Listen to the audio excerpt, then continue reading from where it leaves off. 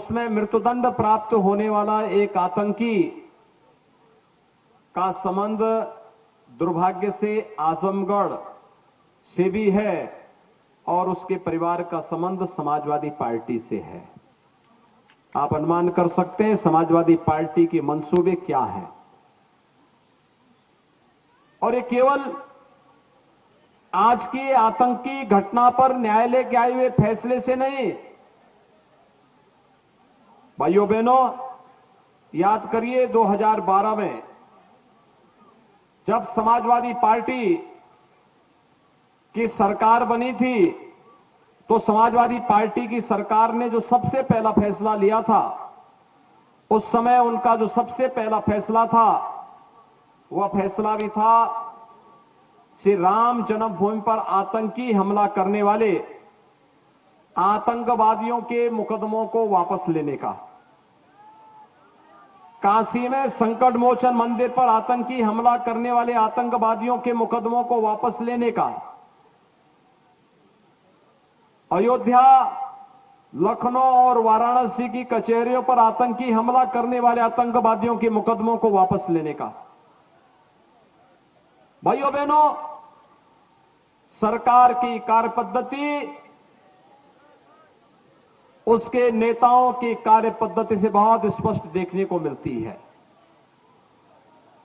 Samajwadi party की संवेदना प्रदेश के गरीबों के प्रति नहीं थी, किसानों के प्रति भी नहीं थी, नौजवानों के प्रति भी नहीं थी, प्रदेश की महिलाओं के प्रति भी नहीं थी। उनकी संवेदना केवल और केवल पेशेवर अपराधी, माफिया या आतंकवादियों के प्रति थी। और चाहे वह 2012 की घटना रही हो और चाहे वह आज न्यायालय के द्वारा फांसी की सजा प्राप्त होने वाला वह आतंकी हो, जिसके कारण दर्जनों लोग गुजरात के अंदर मारे गए थे। ये दोनों घटनाएं इस बात को बताती हैं कि समाजवादी पार्टी का साथ आतंकवादियों के, समाजवादी पार्टी का हाथ आतंकियों के साथ, ये उनकी स्पष्ट झलक हम सबके सामने प्रस्तुत करती है। भाइयों बहनों, सुरक्षा के बगैर विकास निरर्थक है। अगर सुरक्षा ही नहीं है तो वह विकास हमारे लिए किस काम का। बड़ी बड़ी घोषणाएं करते रहे, लेकिन अगर दंगा फसाद होता रहे, रोज कर्फ्यू लगते रहे, बेटियां सुरक्षित न रहे, आतंक का माहौल बना रहे, बमबाजी होती रहे, कौन व्यक्ति अपने आप को सुरक्षित महसूस कर सकता है और कौन विकास कर सकता है। विकास के लिए सुरक्षा आवश्यक है। और 5 सालों के अंदर उत्तर प्रदेश के अंदर 5 साल पहले आपने भारतीय जनता पार्टी को प्रधानमंत्री मोदी जी के आह्वान पर आशीर्वाद दिया था। और भाइयों बहनों, मैं कह सकता हूं कि 5 साल उत्तर प्रदेश के अंदर एक भी दंगा न होना। 5 साल में उत्तर प्रदेश के अंदर दर्जनों कस्बे 5 साल पहले ऐसे थे जहां से व्यापारी पलायन कर रहे थे। 5 सालों में वे सभी व्यापारी वापस आकर के अपना कारोबार कर रहे हैं। सुरक्षा का एक बेहतरीन वातावरण प्रदेश के अंदर हुआ और इस कानून के राज का मतलब आज उत्तर प्रदेश के अंदर देखने को मिल रहा है। कानून के राज का मतलब प्रदेश के अंदर निवेश का बढ़ना, निवेश का मतलब उद्योग का लगना, उद्योग का मतलब नौजवानों को रोजगार मिलना, और नौजवानों को रोजगार का मतलब प्रदेश आर्थिक विकास की पथ पर तेजी के साथ आगे बढ़ने का कार्य कर रहा है। आज उत्तर प्रदेश देश की नंबर 2 की अर्थव्यवस्था बना है। यह वही उत्तर प्रदेश है जो आबादी में सबसे बड़ा था, लेकिन भाइयों बहनों, जब विकास की रफ्तार की बात पूछी जाती थी, उत्तर प्रदेश को यह माना जाता था कि उत्तर प्रदेश तो एक बीमारू राज्य है। हमने 5 वर्ष के अंदर उत्तर प्रदेश को बीमारू राज्य की श्रेणी से ऊपर उभार करके आज प्रदेश को प्रगति के पथ पर अग्रसर करते हुए देश की नंबर 2 की अर्थव्यवस्था बना दिया है और हमारा संकल्प है इसे नंबर 1 की अर्थव्यवस्था बनाना है। भाइयों बहनों, वर्तमान में पूरा देश और पूरी दुनिया कोरोना महामारी का सामना कर रही है। कोरोना के कारण दुनिया के अंदर लाखों लोगों की मौत हुई। उन सभी के प्रति हमारी संवेदना है। लेकिन याद करिए, जब कोरोना आया था, प्रधानमंत्री मोदी जी ने देश के लोगों को आह्वान किया था और सरकारों से कहा था हमें जान भी बचाना है, जहान भी बचाना है।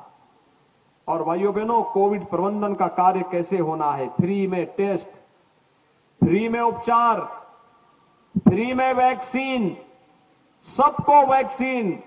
वैक्सीन तो आप लोगों ने भी ले ली होगी ना? कितने लोगों ने वैक्सीन ली है? दोनों हाथ खड़ा करके मुझे बताओ। सभी लोग आप वैक्सीन ले चुके हैं, मैं आपका अभिनंदन करता हूं। और भाइयों बहनों, ये वैक्सीन कोरोना के खिलाफ देश की लड़ाई का प्रतीक है। वैक्सीन लिया है तो कोरोना हारेगा, कोरोना हारेगा तो भारत जीतेगा। आपने भारत को जिताने का काम किया है, कोरोना को परास्त करने का काम किया है। लेकिन जो लोग वैक्सीन का विरोध करते थे, कहते थे ये तो मोदी वैक्सीन है, ये बीजेपी का वैक्सीन है। आज भाइयों बहनों, उनको जवाब दीजिए कि अगर मोदी वैक्सीन और बीजेपी की वैक्सीन ही सही, अगर इसने जान बचाया है तो वोट भी बीजेपी को ही जाएगा। सहमत हैं? और भाइयों बहनों, कोरोना कालखंड में फ्री में वैक्सीन, सबको वैक्सीन के साथ ही हम लोगों ने डबल इंजन की सरकार है तो हर गरीब को डबल डोज राशन का भी दिया है, 2 बार महीने में राशन। भाइयों बहनों, आज तो आपको बिजली मिल रही होगी ना? मिल रही है? याद करिए, विधानसभा के अध्यक्ष जी के ही मार्गदर्शन में इसी उन्नाव की धरती से हम लोगों ने सौभाग्य योजना प्रारंभ की थी और इस सौभाग्य योजना के अंतर्गत 1,21,000 मजरों में विद्युतीकरण का कार्य हुआ। 1,43,00,000 गरीबों को फ्री में बिजली के कनेक्शन मिले। तो चलिए एक बार फिर से आपको ले चलते हैं उन्नाव। योगी आदित्यनाथ क्या कुछ कह रहे हैं, सुनते हैं। आपको आश्चर्य होगा, करहल में भारतीय जनता पार्टी जीत दर्ज करने के लिए पूरी मजबूती के साथ खड़ी है। देखा नहीं? कल आपने देखा होगा कि जिस दिन समाजवादी पार्टी के मुखिया को नामांकन किया, उस दिन उन्होंने कहा था कि मैं दोबारा करहल में अब सर्टिफिकेट लेने ही आऊंगा, उसके बीच नहीं आऊंगा। लेकिन जैसे प्रोफेसर एसपी सिंह बघेल प्रत्याशी हुए तो भाग करके 5वें दिन वहां पहुंच गए। फिर उनको लगा कि अब जनता के सामने झूठ की दाल नहीं गलेगी, तो कल वह नेताजी को भी लेकर के चले गए, मुलायम सिंह जी को। और मुलायम सिंह जी बेचारे मंच पे गए और मंच पे जाते ही उन्होंने कहा, ठीक है भाइयों बहनों, आप जो है करहल में जो काम कर रहे हैं अच्छा कर रहे हैं। समाजवादी पार्टी के नेता चिल्लाते रह रहे थे, कह रहे थे कि आप बोलिए ना इनको वोट देने के लिए। उन्होंने कहा नहीं नहीं, जिसको यहां की जनता जिताना चाहती जिता दीजिए। यानी उन्हें नाम भी नहीं मालूम था। आप मुझे एक बात बताइए, कोई पिता और कोई पुत्र का संबंध है तो पुत्र अपने पिता का पैर कहां छुएगा? घर में छुएगा या मंच पे छुएगा? घर में पैर छूने की जगह घर होता है ना। लेकिन देखिए क्या संबंध है। घर में बोलचाल नहीं होती, मंच पर दिखाने के लिए कि हम भी बाप का पैर छू रहे हैं। आपने दृश्य देखा होगा ना, कल देखा है। इस सच्चाई को जनता के सामने बताइए।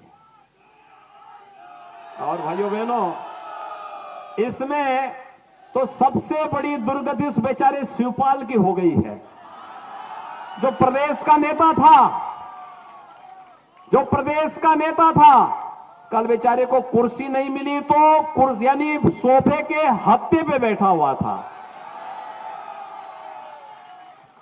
सोफे के हत्थे पे वहां भी कोई, मुझे लगता था कि वहां से पता नहीं कब कोई हटा दे।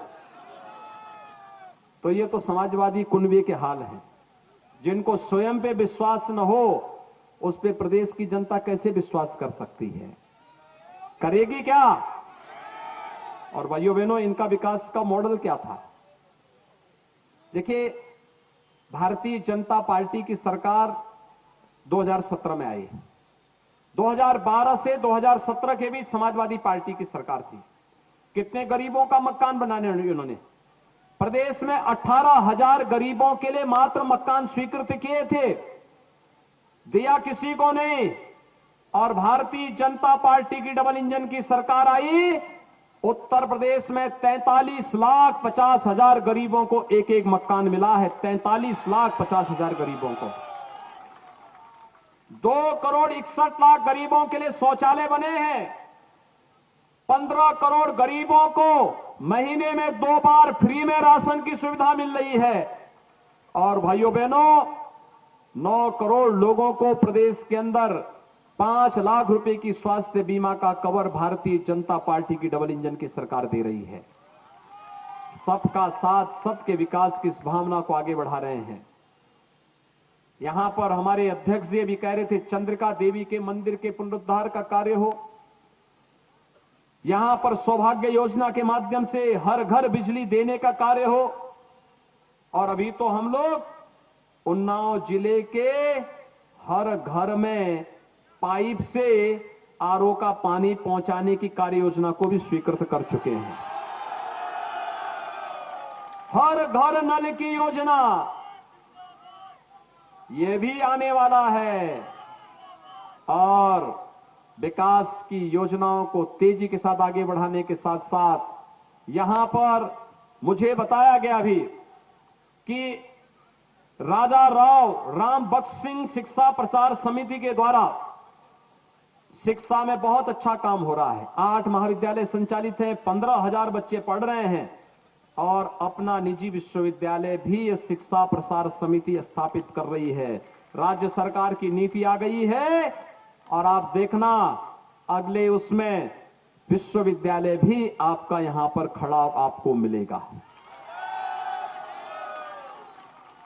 भाइयों बहनों, उत्तर प्रदेश में विकास सबका, सम्मान सबको, लेकिन तुष्टीकरण किसी का नहीं। हमारे विकास तो आप उंगलियों में गिना सकते हैं। यहां पर चाहे वह महाप्राण के स्मारक और पुस्तकालय के निर्माण का रहा हो, चाहे वहां स्वतंत्रता संग्राम सेनानी चंद्रशेखर आजाद जी के भव्य स्मारक के निर्माण के कार्यक्रम को आगे बढ़ाने का हो, सरकार ने उसे तेजी के साथ आगे बढ़ाया। पहले प्रदेश के अंदर केवल सिपाही महोत्सव होता था। सिपाही महोत्सव में आयोजकों को स्वयं नहीं पता होता था क्या है, न उसमें कोई राग था, न कोई रंग था, न भाव थी, न भाषा थी। लेकिन भाइयों बहनों, आज उत्तर प्रदेश में अयोध्या में दीपोत्सव का आयोजन होता है। भगवान राम के अयोध्या की दीपावली पूरी दुनिया देखती है। मथुरा, वृंदावन, बरसाना में रंगोत्सव होता है, पूरी दुनिया देखती है। काशी की देव दीपावली पूरी दुनिया देखती है, और प्रयागराज का भव्य कुंभ और दिव्य कुंभ भी पूरी दुनिया देखती है। पूरी दुनिया देखती है। हमने कहा था ना कि रामलला हम आएंगे, मंदिर वहीं बनाएंगे। अयोध्या में भगवान राम का भव्य मंदिर के निर्माण का कार्य प्रारंभ हो गया है ना। अब तो कोई संदेह नहीं है ना। क्या ये काम सपा बसपा और कांग्रेस के लोग कर पाते? भाइयों बहनों, भारतीय जनता पार्टी जो कहती है वो करके दिखाती है। विकास का कार्य युद्ध स्तर पर पूरी मजबूती के साथ